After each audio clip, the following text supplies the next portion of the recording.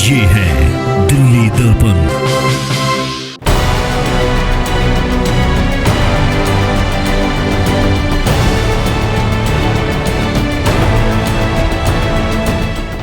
बुधवार को ही एमसीडी के स्थायी समिति में निगम पार्षद अजय शर्मा ने एमसीडी के भ्रष्टाचार से जुड़ा एक सवाल पूछा था।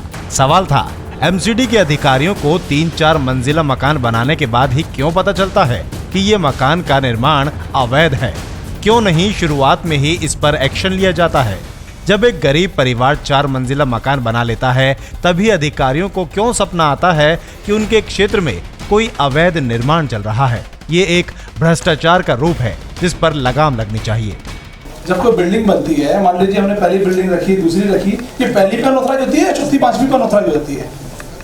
ऐसा है, जितने भी आपके ये एमसीडी के वर्कर जाते हैं, जेई जाते हैं, अधिकारी जाते हैं, तो जब पहली मंजिल बनती है ना, जब उन्हें अनऑथराइज दिखाई नहीं देती, जब वो चौथी बन जाती है तो उन्हें अनऑथराइज दिखाई देती है, उस पर पहुंच जाते हैं नोटिस चिपकाने के लिए। तो मैं सिर्फ यही कहना चाहता हूँ, जब बिल्डिंग पहली मंजिल बनती है और अनऑथराइज बन रही है तो पहली मंजिल पर नोटिस चिपकाया जाए। अगर कोई भी अधिकारी चौथी या पांचवी पे जाता है और उस पर कार्रवाई करता है तो उस अधिकारी पर कार्रवाई होनी चाहिए, क्योंकि हम क्या चाहते हैं, हमारी लालच दूसरी है। अगर वो चौथी बनेगी उसका नुकसान ज्यादा होगा।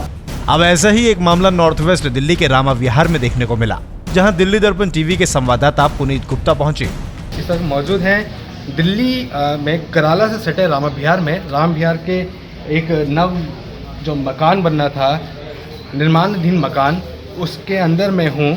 और इसकी विडंबना ये है कि ये जब 4 मंजिला बन गया तब एमसीडी के अधिकारी और जेई को ये समझ में आता है कि ये जो नवनिर्माण मकान बन रहा है ये गैर कानूनी बन रहा है। इसको रात में ही आकर 4 लैंटर इसके तोड़ दिए जाते हैं। अब अगर गैर कानूनी है तो एक्शन ले सकते हैं अधिकारी, लेकिन एमसीडी और अधिकारियों को यह तभी क्यों समझ में आता है जब एक मकान 4 मंजिला बन के तैयार हो जाता है? उसी वक्त क्यों समझ में आता है कि जो मकान है ये गैर कानूनी बन रहा है या फिर इसमें कोई कमी है? जब मकान की नींव रखी जाती है, भूमि पूजन भी होता है, तो उसी वक्त निगम पार्षद और एमसीडी के जो अधिकारी हैं, जेई हैं, उनको क्यों नहीं पता चलता कि यहाँ पे जो मकान बन रहा है वो गलत है, उसको रोका जाए, लोगों से बात की जाए।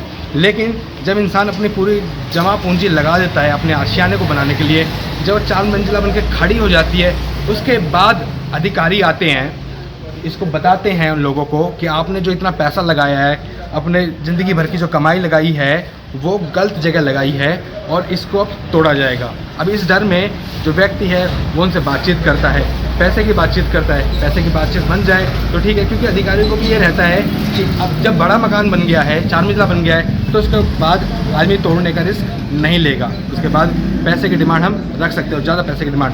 ऐसे में जब नहीं पूरी होती है तो ये हर्षद कर दिया जाता है। 4 मंजिला बनने के बाद अब देख सकते हैं कि चारों के चारों लैंटर यहाँ से गिरा दिए गए हैं।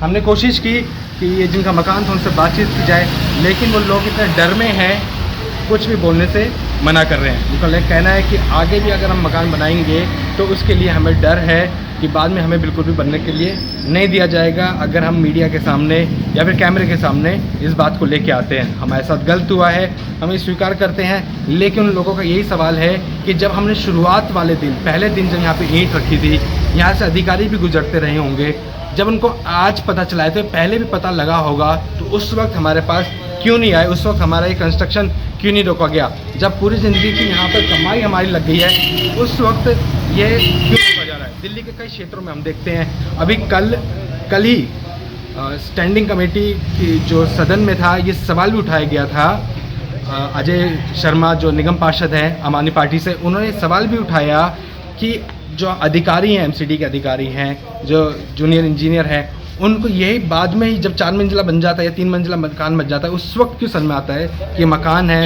वो गलत बन रहा है, गैर कानूनी बन रहा है? जब शुरुआत में हो तो उसी वक्त समझ में क्यों नहीं आता है? सवाल ये भी उठता है कि जब ये अवैध है, ये मकान गलत है, गैर कानूनी है, तो आसपास के जो इतने बड़े बड़े शान और शौकत से जो कोठियाँ बन गई हैं, इतने ऊँचे ऊँचे इमारत बनने गई हैं, फिर ये कैसे पास हुई? ये भी गैर कानूनी थे।